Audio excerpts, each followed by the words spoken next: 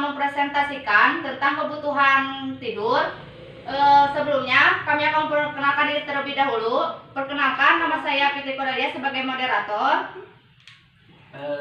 Saya Rizky Maulana sebagai pembaca 1. Saya Sinta Afo Ilahiyah sebagai pembaca 2. Saya Maga Putri sebagai pembaca 3. Saya Penokja Fitri sebagai notulen 1. Saya Siti Masania sebagai notulen 2. Muhammad Fauzar Rahma sebagai penjawab 1. Saya Naima Sakira sebagai penjawab 2. Perkenalkan, nama saya Silvi sebagai audiens. Perkenalkan, nama saya Alsi Suhayati sebagai audiens. Perkenalkan, nama saya Sifah Hayati sebagai audiens. Perkenalkan, nama saya Devia Septiani sebagai audiens. Kami di sini membutuhkan waktu kurang lebih 30 menit. Sekarang kita lanjutkan kepada materi yaitu pembaca 1. Saya persilakan. Pengertian tidur. Nah, tidur berasal dari kata bahasa Latin yaitu somnos, yaitu berarti alami periode pemulihan. Tidur merupakan keadaan hilangnya kesadaran secara normal dan periodik menurut Laniwati 2001. Tidur diperlukan untuk menjaga keseimbangan mental, emosional, kesehatan. Selama tidur, seseorang akan mengulang kembali kejadian sehari-hari yang dialami, proses dan menggunakannya untuk masa depan. Menurut Priharjo 1996. Terima kasih untuk pembaca 1 telah membacakan. Kita lanjut kepada pembaca kedua. Saya persilahkan. Selanjutnya yaitu jenis-jenis tidur. Yang pertama ada tidur gelombang lambat. Dikenal dengan tidur yang dalam istilah penuh dengan gelombang otak yang lebih lambat, tidur nyenyak. Yang kedua, tidur paradoks atau tidur REM. Tidur jenis ini dapat berlangsung pada tidur malam yang terjadi selama 5-20 menit, rata-rata timbul 90 menit. Selanjutnya yaitu kebutuhan tidur. Kebutuhan tidur pada manusia tergantung tingkat perkembangannya. Misalnya, pada bayi baru lahir jumlah kebutuhan tidur 14-18 jam per hari.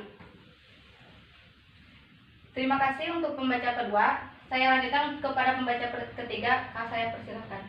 Selanjutnya, faktor-faktor yang mempengaruhi tidur. Yang pertama, penyakit. Yang kedua, kelatihan dan kelelahan. Yang ketiga, stres psikologis. Yang keempat, obat. Yang kelima, nutrisi. Yang keenam, lingkungan. Dan yang ketujuh, motivasi. Selanjutnya, masalah-masalah pada kebutuhan istirahat dan tidur. Yang pertama, insomnia. Yang kedua, parasomnia. Yang ketiga, hipersomnia. Yang keempat, narkolepsi. Yang kelima, apnea tidur. Yang keenam, somnambulisme. Yang ketujuh, enuresis. Yang kedelapan, night terror.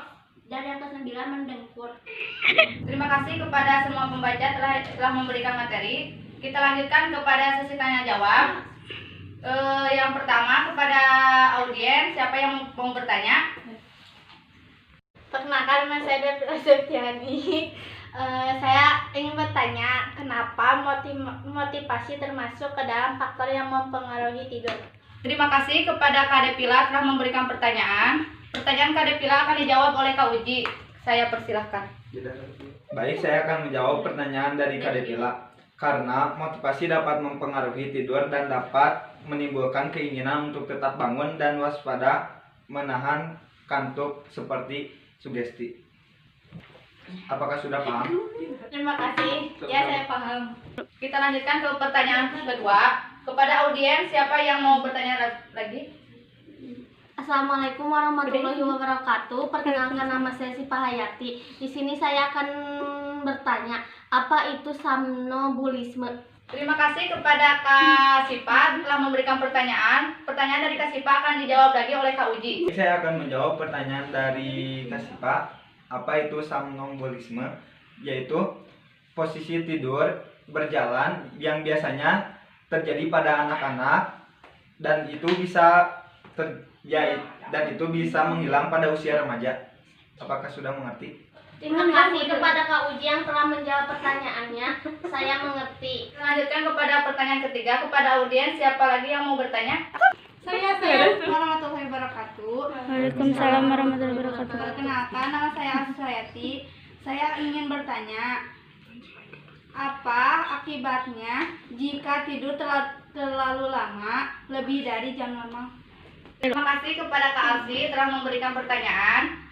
Pertanyaan Kak Alsi akan dijawab oleh Kak Naima. Saya persilahkan. Baik, saya akan menjawab pertanyaan Kak Alfi. Penyebab tidur terlalu lama yaitu bisa menyebabkan obesitas, diabetes, sakit kepala, sakit punggung, depresi, bahkan sampai kematian. Apakah mengerti Kak Alfi? Iya, saya mengerti. Kita lanjutkan kepada pertanyaan yang terakhir kepada audiens. Siapa lagi yang mau bertanya?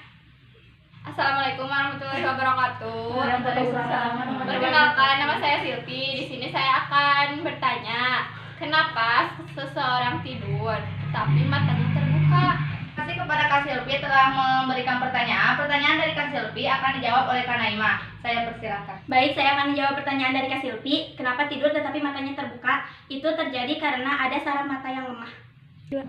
Apakah mengerti Kak Silvi? Iya, mengerti. Tanya jawab telah selesai. Kita lanjutkan kepada kesimpulan yang akan dibacakan oleh notulen.